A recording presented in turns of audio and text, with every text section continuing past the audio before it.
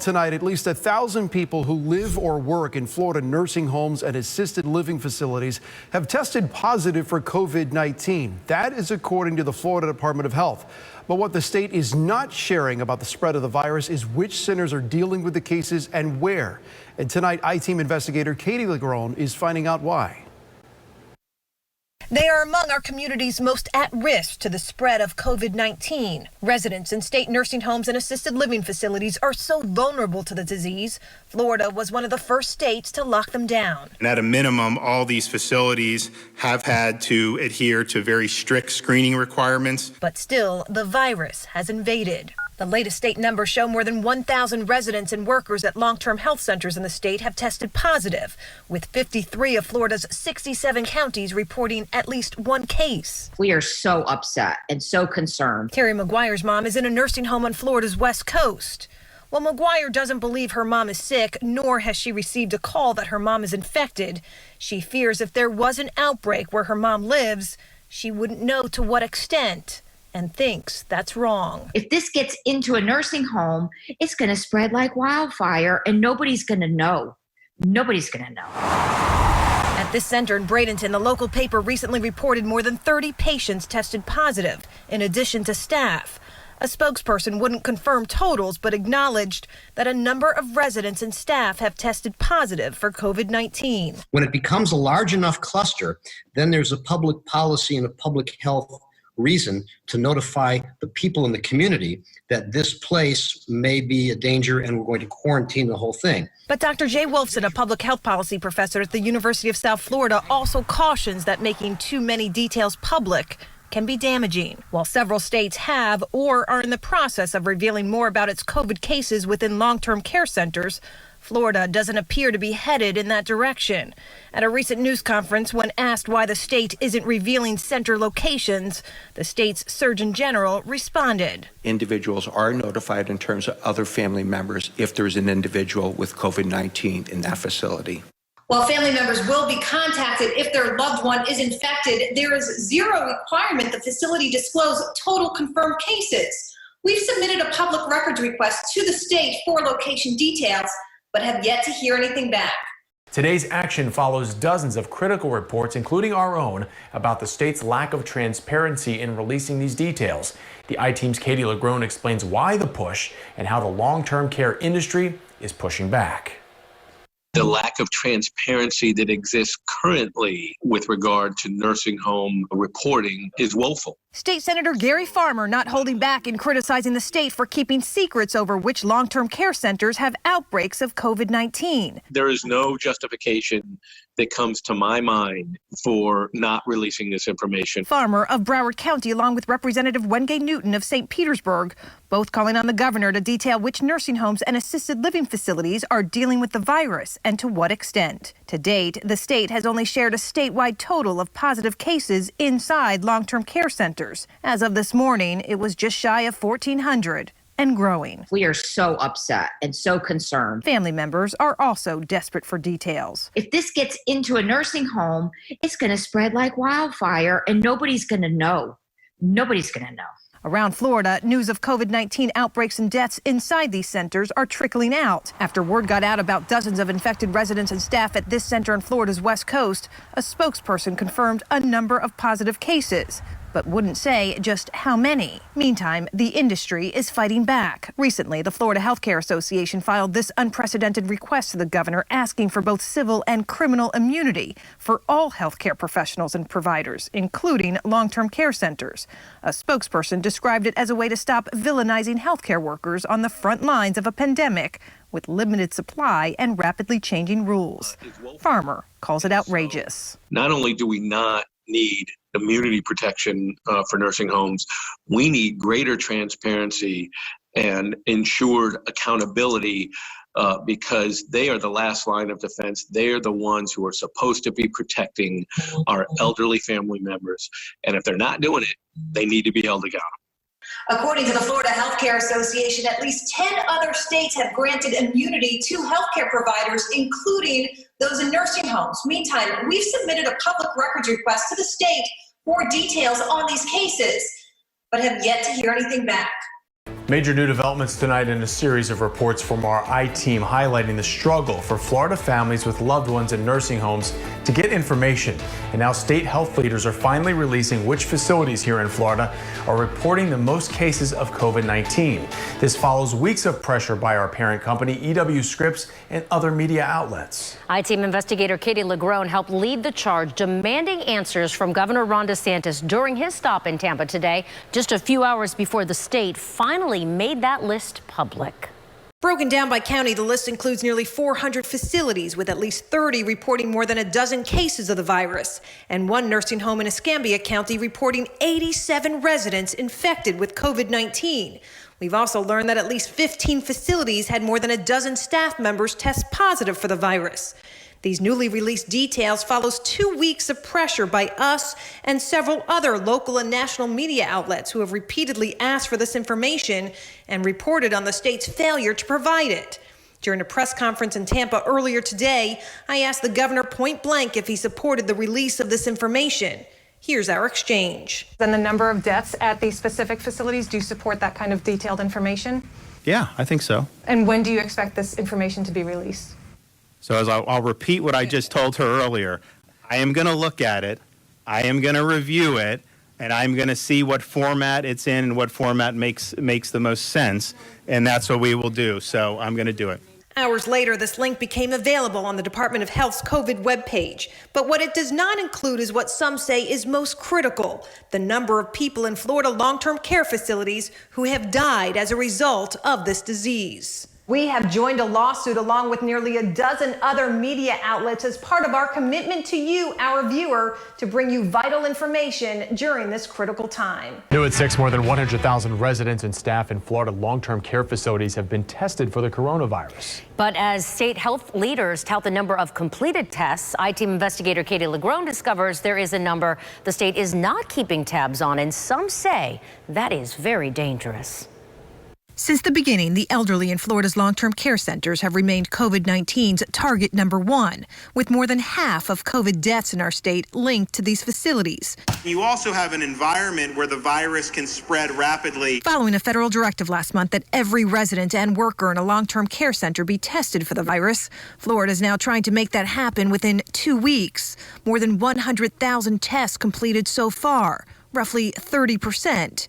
But we've discovered while workers in these facilities are required to undergo testing for the virus, residents are not. Why not make it mandatory for residents? You know, that's a question you need to ask the Department of Health. We've also discovered across the state, no one is keeping tabs on residents who refuse testing. You're right. There's not a state tracking system at this point for residents who refuse. Kristen Knapp is communications director for the state's Healthcare Association, which represents nearly 600 long-term care facilities. Isn't this information important to have? Who's refusing? Well, you know, I think any information we have about testing is important because it does help us make clinical decisions. It does help us make staffing decisions. Knapp says residents who object have that right, but are monitored for signs and symptoms and wear masks when being treated by staff. Around the country, tracking residents who refuse testing is spotty. Maryland does it. Pennsylvania says it will in the near future. And New York would only tell us in some cases residents have refused. That's terrible. It needs to be tracked. Terry McGuire has a personal stake. Her mother lived in a nursing home on Florida's West Coast and last month tested positive for the virus after a second visit to a hospital. She knew I was there. 10 days later, Terry's 87-year-old mother died. The county medical examiner confirming her death caused by complications of COVID-19. This is a picture of Terry talking to her mom one last time. We were singing the song, her favorite song of You Are My Sunshine. While Terry doesn't know where her mom picked up the virus, she believes everyone in a nursing home should be tested. And those who say no, tracked. I don't think that's fair for either staff or the residents there. We've asked the Department of Health why resident testing isn't mandatory and why no one's tracking those who refuse testing. Despite several emails to its spokespeople, we have yet to get any answers back. 5 months after the governor locked down nursing homes and assisted living facilities to family members, questions remain over when the state will start lifting those restrictions. Today, I-Team investigator Katie Legrone takes a look at how rapid tests will play a role and why some critics fear they could result in more infection rates and even deaths. in these facilities. It's been a long, lonely summer for Penny Phillips. Last night in particular, I was in tears. I just couldn't hold the tears back because I said, this is 5 months this week. 5 months since she's held her mother's hand, sat face to face, or even in the same room with her. I just felt like, how much longer can this go on? I just want to see her. And she wants to see me. Pre-COVID, Penny had been at her 91-year-old mother's bedridden side every single day. I'll do anything to really, I'll test, I'll wear whatever garb they want me to wear. Just let me into the facility and I will be good. Last week, the governor announced he's considering ways to reopen long-term care centers to visitors and created a task force to develop guidelines. While they have yet to meet, during a recent Zoom interview, the head of the Agency for Healthcare Administration, which governs Florida's nursing homes and assisted living facilities, told us rapid testing will likely play a role. That is going to be a game changer in helping to further our efforts. Since our interview, we've learned the Fed started shipping rapid test kits to nursing homes hardest hit by the virus. 471 Florida centers on the list. Excited about the potential that holds in turning around results quickly. Well, they're sending the wrong kind of test to facilities. They're sending antigen-based tests. Antigen-based tests only identify those residents who have full-blown symptoms of COVID. Instead, Brian Lee, executive director of nonprofit advocacy group Families for Better Care, says molecular-based rapid tests are needed since they can detect asymptomatic people. The FDA acknowledges on its own website that antigen-based rapid tests, while cheaper, are more likely to miss an active coronavirus infection than molecular-based tests. We've been calling for this for months, and they're just not listening. So it's allowing more people to be exposed and to die. Lee believes molecular-based rapid testing is the only safe way to let family members back in. I'll do anything. Like I said, I'll go for testing, I'll go for whatever, but I want to see my mom. Penny Phillips doesn't care what kind of test she may be subject to. She only cares that the days left to see her mother in person again are numbered. She really doesn't want to go until she is able to be in the same room with me again. Yesterday, I asked the Center for Medicare and Medicaid Services why it's shipping facilities rapid tests that may not be accurate. A spokesperson told me due to the volume of requests they're receiving, they would not be able to provide us answers today. The I-Team finds some Florida nursing homes on the state's watch list for years are now getting paid extra to care for coronavirus patients. Our Katie LaGrone exposing their history of failure.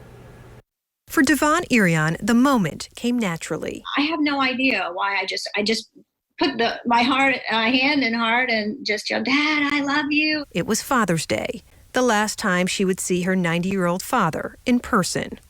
COVID.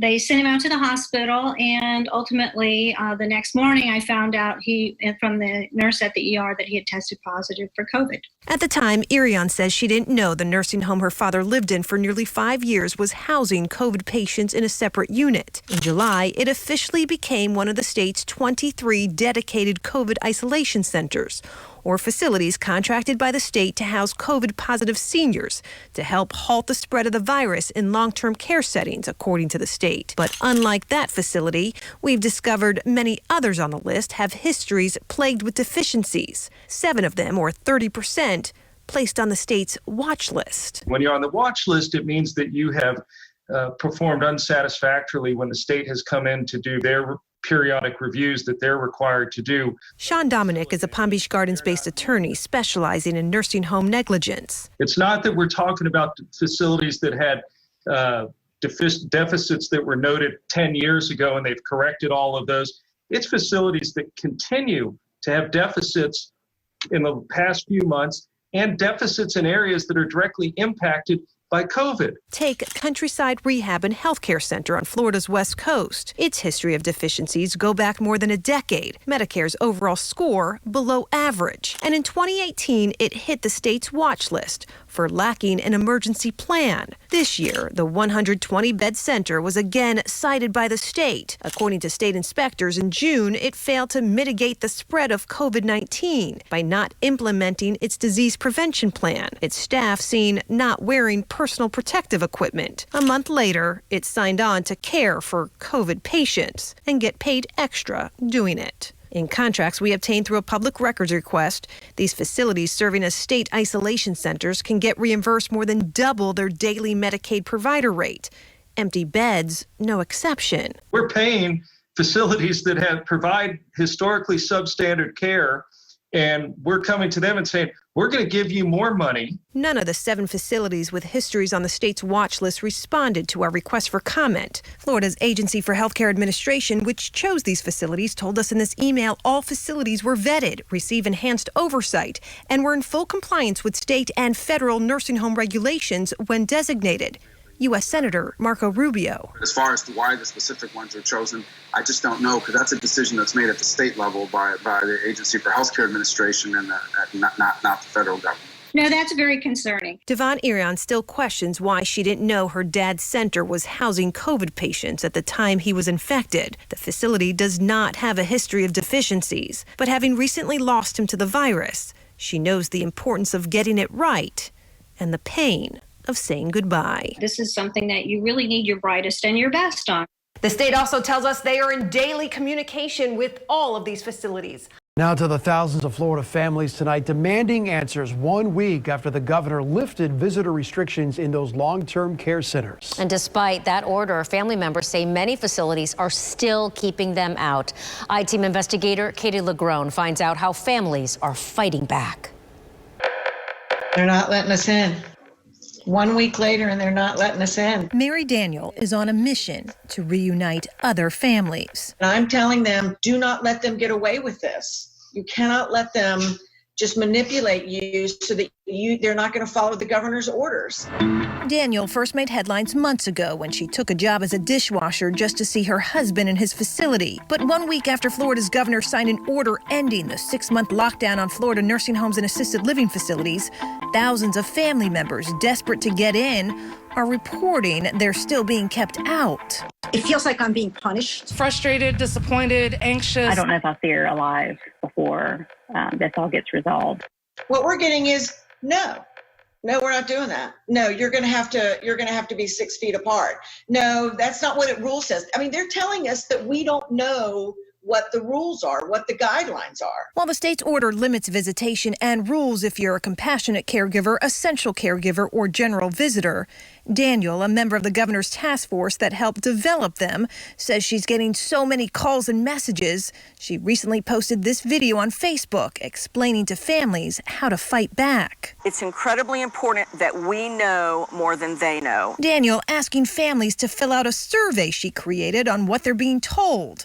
The results she plans to share with the governor and the state's Agency for Healthcare Administration, which oversees group homes. In a call with facilities last week, its boss recognized time needed to coordinate visiting plans, but warned not to take too much of it. The expectation is that you are moving forward with a sense of urgency to allow visitation. In an email, a spokesperson with Florida's Healthcare Association stated members are working towards opening, but visitation shuts down if a facility has 1 case of COVID in the building. So it's important all the steps are in place to ensure the safety of residents. These daughters just want to see their mom again. Now I'm just more angry about it. This woman hug her older sister. Hug will say to her, she's there again. And countless others who after 6 months can't take another minute being told to stay away. There's no reason in the world that people should not be in by the end of this week. There's no reason in the world. Loved ones should read the governor's final order and the 14-page task force report. That way, if you're turned away for a reason cited incorrectly, you can point that out to the facility. We've posted it all on our website. Tonight, as the number of coronavirus cases increases across the state of Florida, the spikes are also being felt in Florida nursing homes and assisted living facilities. I-Team investigator Katie LaGrone today taking a look at what this now means to your loved one and your ability to continue seeing them face to face. 8 months after the country shut down to stop the spread of COVID-19, the virus isn't going away. COVID-19 cases once again reaching record numbers in the Sunshine State, striking cities, communities, and Florida's long-term care centers. Are you guys concerned about this increase? You know, we are concerned, especially over the holidays. Since November 5th, the number of positive cases involving residents and staff at nursing homes and assisted living facilities is up. Last week, the state reported over 1,300 new cases involving residents, a 6-week high, with those living in long-term care centers still accounting for 40% of COVID deaths statewide. During a recent call, we are starting to see the numbers trend up. Florida's boss of long-term care centers focused on the bright side. We are still at less than 1% of long-term care residents being COVID positive, so that is a plus. But facilities are growing concerned. Everybody just has their guard up. 2.5 months ago, the governor lifted visitation restrictions. The industry isn't aware of any plans to go back. There hasn't been a global discussion about any changes to visitation. Locking down centers would reignite concerns about staff morale and resident mental health. They need interaction. They need the human touch. They need to be able to connect and reconnect with their families. In Arizona and San Diego, where COVID cases are also on the rise, some nursing homes have ceased visitation. We will never do any of these lockdowns again. But Florida's governor has been clear about his unwillingness to shut down the state again. If that includes long-term care facilities remains unclear. Staff and resident testing, along with visitor screening protocols, haven't changed. It's still the wrong kind of testing. Ryan Lee, executive director of the nonprofit Families for Better Care, has been advocating the same message for months. What needs to still happen is the testing at the door. There has to be on-site testing, molecular rapid testing at the door. Meantime, facilities are banking on early vaccine success as a sign of things to come. We hope the vaccine's out by then. Because time for long-term care residents is critical. I'm my team investigator Katie LeGrone, taking action for you.